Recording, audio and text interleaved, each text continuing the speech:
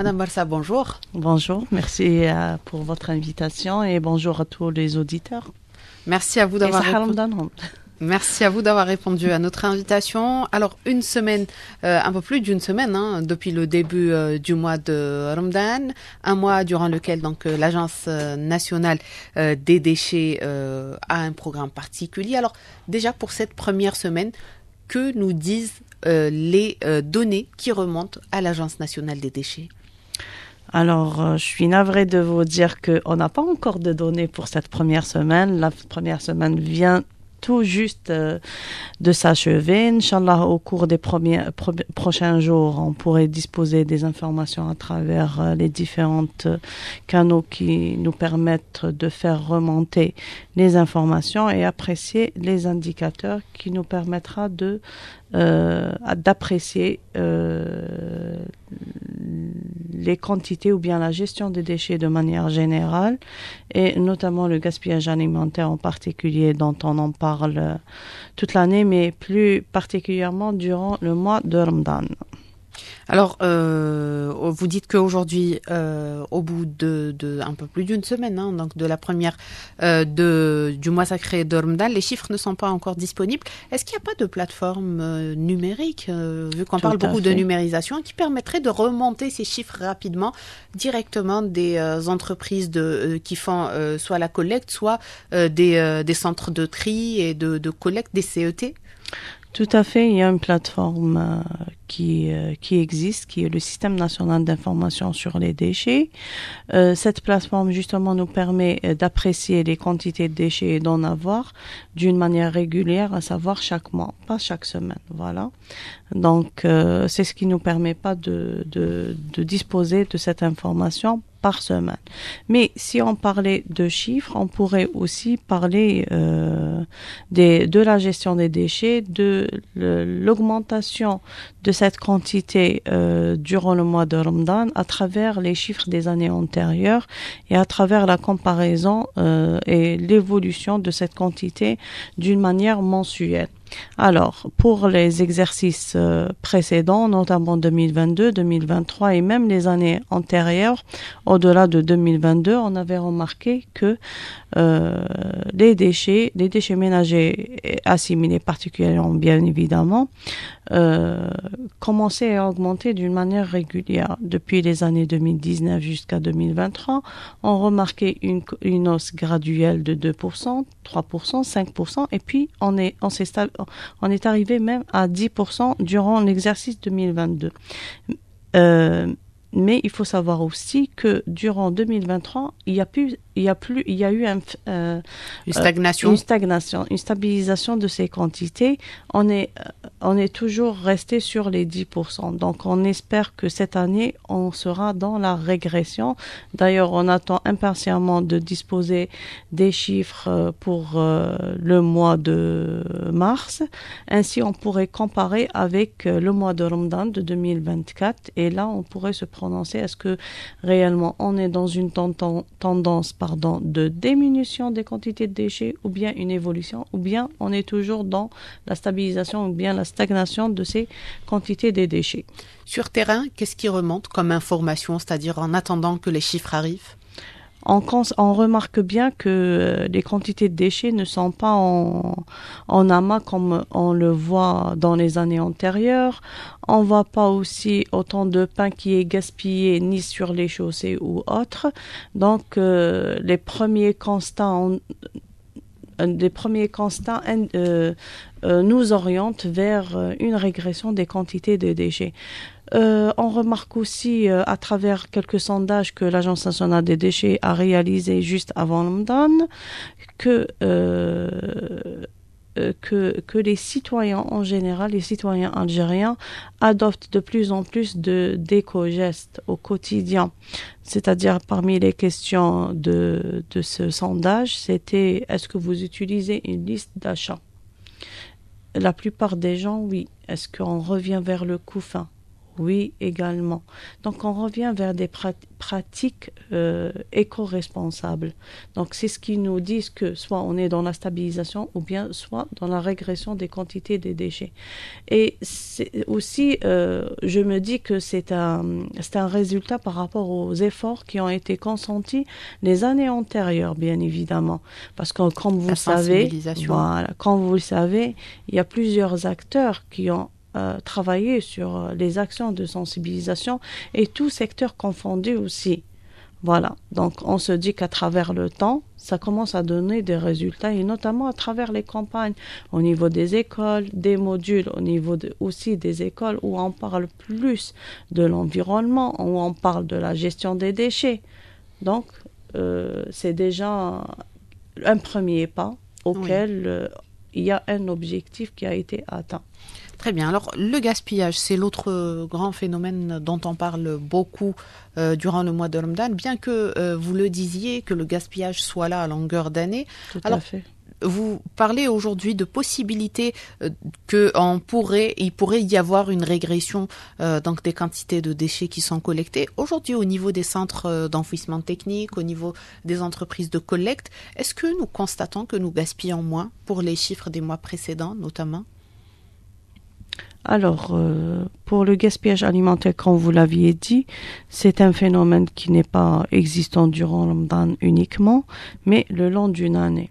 À travers des études qui ont été réalisées par l'AND, que ce soit pour la quantification du gaspillage alimentaire ou bien pour la quantification de la quantité de déchets qu'on génère au quotidien. À travers ces deux campagnes qui ont été réalisées par l'AND, la première c'était en 2020, la seconde c'était en 2022, si on croise ces différents chiffres, on fait ressortir d'autres indicateurs encore. On remarque que le gaspillage alimentaire, c'est vrai que par rapport à ce qu'on avait comme idée dans l'esprit, à travers des estimations, on se disait que le gaspillage alimentaire, il était à peut-être 30 à 50% de la poubelle algérienne, tandis qu'il était beaucoup moins que ça, de un. De deux, on a remarqué aussi à travers la campagne de la quantification des déchets que certains déchets ne sont même pas, je parle de déchets, pas uniquement de gaspillage, parce qu'il y a une quantité générale de déchets, une part fait partie du gaspillage alimentaire. Alors, si je revenais aux déchets qu'on génère, il y a au niveau de certaines zones, on avait constaté que les citoyens ou bien la famille algérienne ne fait même pas ressortir ces déchets de type alimentaire, donc il n'y a que les déchets ultimes, notamment au niveau des zones stépiques et sahariennes, où il y a une réutilisation de ces déchets alimentaires. Un recyclage. Voilà. Une valorisation, je dirais. Voilà, elle est utilisée à d'autres fins. Donc, soit comme nourriture pour les différents animaux qui peuvent exister au niveau des domiciles, ou bien tout autre. Mais, quand même, c'était un constat. Le constat, il est là. Je reviendrai aussi au gaspillage alimentaire. Oui, vous avez dit que les chiffres sont moins importants que ce qu'on pensait. Hein. Voilà, exactement. Aussi, l'étude nous a permis aussi d'avoir des indicateurs, même en termes de consommation par ménage.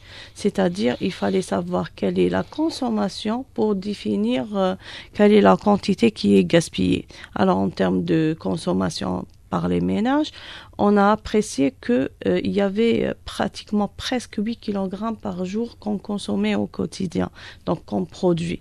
Dans le premier qui vient en première position, c'est bien les boissons. Le deuxième, c'est les fruits et légumes. Donc les boissons, c'était à hauteur de 29% quand même, et les fruits et légumes à hauteur de 25%. Pour le troisième qui vient, la troisième catégorie qui ressort, c'est le lait et ses dérivés, donc à hauteur de 14%. Et tout ce qui est bien évidemment les pâtes et pâtisseries, viande et tout, c'est à 7% chacun. Donc les pâtes, c'est à 7% et les viandes également. Et les légumes secs, c'est eux qui sont utilisés le moins, c'est à 4%. Donc comme on dirait, il y a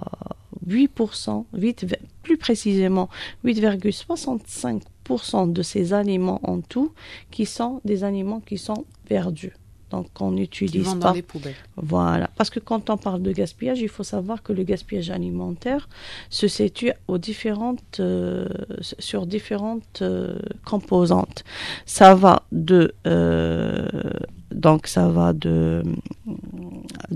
la consommation en aval, donc la consommation au quotidien par les ménages et autres, mais il peut y avoir un gaspillage aux autres composantes, notamment lorsqu'on transporte les aliments. Au transport et à la production parfois même. La production en amont, le transport et puis le stockage aussi. Très bien.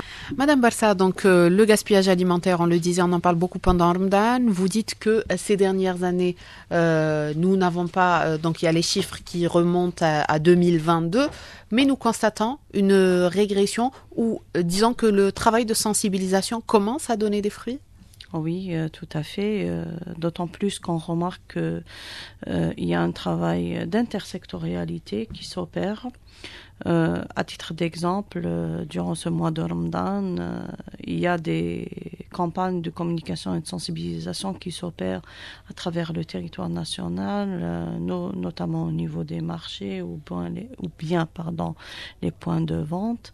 Donc, à travers les antennes de l'Agence nationale des déchets, il y a un travail de proximité qui se fait avec les directions de l'environnement, avec les collectivités locales, aussi avec les directions du commerce. Donc, l'intersectorialité déjà joue un rôle important et c'est ce qui nous donne ces résultats concluants en termes de lutte contre le gaspillage alimentaire et contre la réduction de ce phénomène sur le territoire national.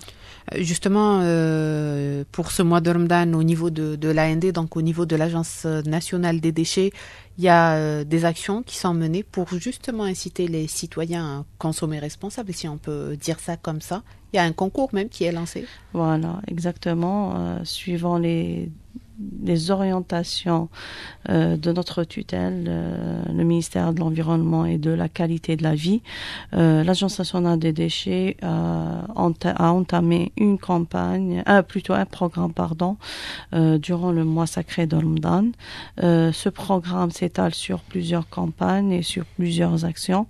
Parmi celles-ci, c'est déjà la coordination entre les différents acteurs pour les campagnes de sensibilisation qui sont en cours sur l'ensemble du territoire national. Il y a aussi un concours qui a été lancé par l'Agence nationale des déchets, donc déjà qui a été lancé l'année passée et on est revenu cette année avec ce concours. C'est un concours anti-gaspi où il y a des candidats qui nous envoient des recettes revisitées ou bien aussi des pratiques pour lutter contre le gaspillage alimentaire à travers des plats qui sont réutilisés ou bien valorisés. D'ailleurs, pour la première semaine, il y a une lauréate qui a été définie il y a vendredi passé, voilà, à travers une recette qu'elle a publiée et c'était vraiment magnifique, où elle a utilisé la tchouka de la veille qui n'a pas été consommée. Pour en faire un autre plat. Le plat, c'était du pain mahchi, voilà. Donc, elle a eu le premier prix. Inch'Allah, elle aura son cadeau dans les heures à venir. Il y a aussi une campagne de SMSing où on remercie le partenaire pour son accord pour diffuser des SMS pour toujours aller vers la campagne de communication et de sensibilisation et revenir vers la même thématique. Mais il n'y a pas uniquement, c'est-à-dire le gaspillage, mais on parle aussi de gestion des déchets en général pour diminuer les quantités de déchets qu'on génère. Il y a aussi un programme pour les enfants, donc surtout vu que les examens des enfants, la scolarité commence à qui m'a attiré à sa fin. Inch'Allah, les vacances c'est la fin de du trimestre, printemps. oui. Voilà, c'est pour bientôt. Donc, on a voulu faire un programme de sensibilisation des activités qui se feront au niveau de l'Agence nationale des déchets elle-même.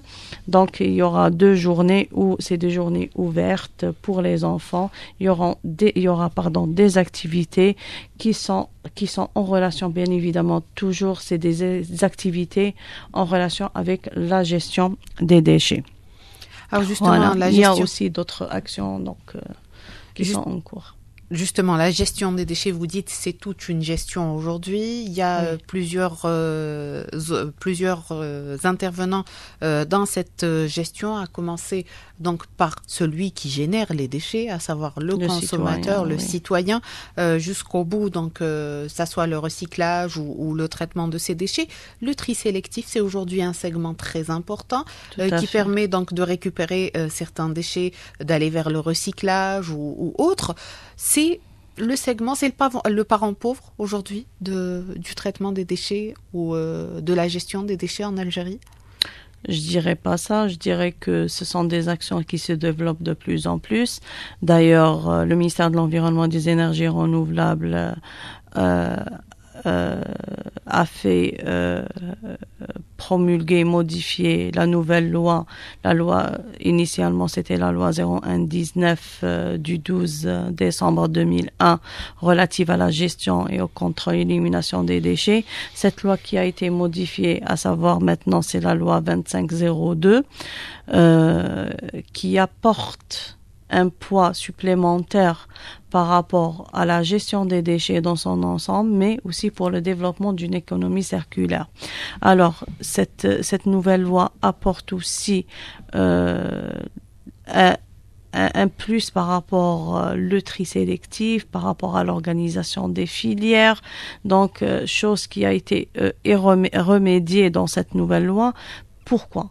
Parce que on est conscient que toutes les composantes de la chaîne de gestion des déchets sont importantes aussi bien l'un que l'autre. Voilà. Donc, il y a des actions. L'accent a été mis sur le tri sélectif. Donc, il y aura de plus en plus et une obligation en quelque sorte pour la mise en place du tri sélectif, la réduction du déchet aussi, la limitation de l'utilisation de tout ce qui est plastique à usage unique, où il y aura des actions pour l'interdiction de cette utilisation, mais d'une manière bien sûr graduelle, ça ne sera pas du jour au lendemain, mais on va vers l'élimination de ces produits-là. Donc pour revenir au tri sélectif aussi, donc on voit aussi les pratiques qui sont utilisées actuellement. On ne peut pas dire que le tri sélectif n'existe pas. Au contraire, quand on voit le nombre de récupérateurs et de recycleurs qui existent sur le territoire national, quand on voit aussi le taux de valorisation qui ne cesse d'augmenter, et aussi par rapport aux pratiques qui existent actuellement, notamment le geste qui est adopté par le citoyen, ne serait-ce que pour les bouteilles en plastique et les bouchons. Donc, on voit que c'est une pratique qui est de plus en plus utilisée, de plus en plus généralisée à travers le territoire national. Sachant que le plastique, c'est la matière la plus générée dans notre poubelle algérienne, il est à hauteur de 15%, il dépasse les 15%. Et les PET lui-même, c'est à 4%. Donc vous vous rendez compte, 2 millions de tonnes, de déchets plastiques, et notamment plus précisément des bouteilles qui sont générées. Si on arrivait à valoriser l'ensemble. C'est 2 millions par année, par mois, par an. Très bien. Voilà, parce que ça représente 4% de la totalité des quantités de déchets qu'on génère. Voilà, donc revenant aux pratiques, on voit aussi des initiatives pour la mise en place du tri sélectif. D'ailleurs, justement, il y a des opérations dans ce sens qui vont être lancées à travers le ministère de l'Environnement et de la qualité de la vie durant les prochains jours, Inch'Allah. Ça sera au niveau des wilayas d'Oran, d'Alger et de Boumerdès initialement. Et puis, ça sera une pratique qui sera généralisée encore. D'ailleurs, aussi, il y a des études qui seront lancées au niveau de plus de 14 wilayas, donc pour démontrer quand même la démarche qui est entreprise par le ministère de l'Environnement pour la généralisation de cette opération, tout à fait. Alors, c'est vrai que par le passé, on se rappelle, il y a eu des opérations pilotes qui ont été lancées dans différentes wilayas, différentes cités plus particulièrement, plusieurs opérations, différentes manières pour encourager le tri sélectif. Où est-ce que ça a échoué? Pourquoi ça n'a pas forcément marché? Alors, mis à part pour le plastique. Hein. Oui. C'était des expériences pour, justement, à l'époque, quand même ça remonte aux années 2015-2018, il fallait faire des phases tests, voilà, pour apprécier le tri sélectif, apprécier la démarche qui devrait être adoptée, parce que quand on parle de tri sélectif, quand vous le voyez même à travers les autres pays du monde, le tri sélectif, il est adopté de différentes manières, soit le monomatériau, soit le multimatériau, tandis qu'en Algérie, on n'avait jamais lancé le tri. On ne savait pas quels sont les acteurs impliqués et quel serait leur apport aussi. Donc, ça nous a permis, c'est pour ça qu'il a été appelé pilote à l'époque. Donc, il fallait le tester pour avoir un retour. Donc, la démarche qui a été adoptée à l'époque, c'était la mise en place de 2 bacs. C'était vraiment pour aller vers une démarche simplifiée.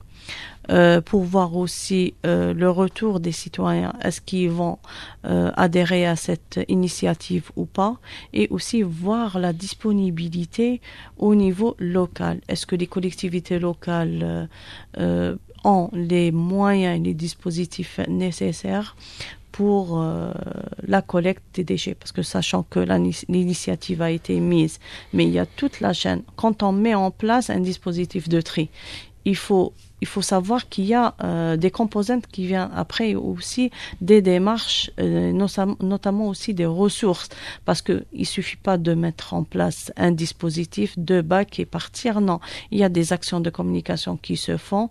Ces opérations de communication se faisaient à travers le porte-à-porte. Donc c'était pas des actions de communication en grande envergure. Non, c'était le porte-à-porte pour aller vers chaque citoyen et lui expliquer quelle est la démarche et comment opérer le tri sélectif. Aussi, il y avait comment se fait la collecte à quelle fréquence aussi. Et puis, ces déchets vont partir où? Donc, la traçabilité aussi, c'est-à-dire au niveau des centres de tri, ces centres de tri qui nous permettent aussi de séparer chaque flux de déchets, parce que le bac qui était mis en place, c'était pour le multimatériau. Et enfin, bien évidemment, après la séparation, il y a les flux qui vont vers les unités de recyclage, il y a la partie qui va vers l'élimination au niveau des casiers des centres d'enfouissement technique. Très bien. Alors, une dernière question, Madame Barsa. Donc, vous dites qu'il y a une action qui va être lancée dans les prochains jours qui concerne quelques wilayas. Alors, de quoi il s'agit exactement? Est-ce que nous allons lancer de manière différente cette opération de tri sélectif? Qu'est-ce qu'il va y avoir? Alors, la différence, c'est qu'il y aura plus de quartiers qui seront touchés. C'est ce qui permettra de disposer d'un gisement plus important. Ainsi, il n'y aura plus une défaillance en termes de transport. Ça, c'est la première des choses, parce qu'il faut que le gisement soit assez conséquent pour qu'il y ait une certaine qu'il y ait une rentabilité pour l'opérateur qui assure la collecte des déchets. Il y a aussi, bien sûr, toutes ces actions, c'est avec la société civile qui vont se faire. Aussi, il y a il y a donc plusieurs critères ou plusieurs points qui diffèrent de ce qui se faisait avant? Oui, tout à fait. Et la première des choses, c'est la généralisation. On n'est plus vers un quartier au niveau d'une commune. Ce sera plusieurs quartiers au niveau de plusieurs communes. Voilà. Très bien. On arrive donc à la fin de notre émission. Merci à vous, Madame Fatema Zahra Barsa. Vous êtes directrice générale de l'Agence nationale des déchets. Merci à vous d'avoir répondu à toutes nos questions. Merci à vous pour l'invitation. Merci à tous nos auditeurs qui nous ont suivis ce matin. Très bonne journée et à demain.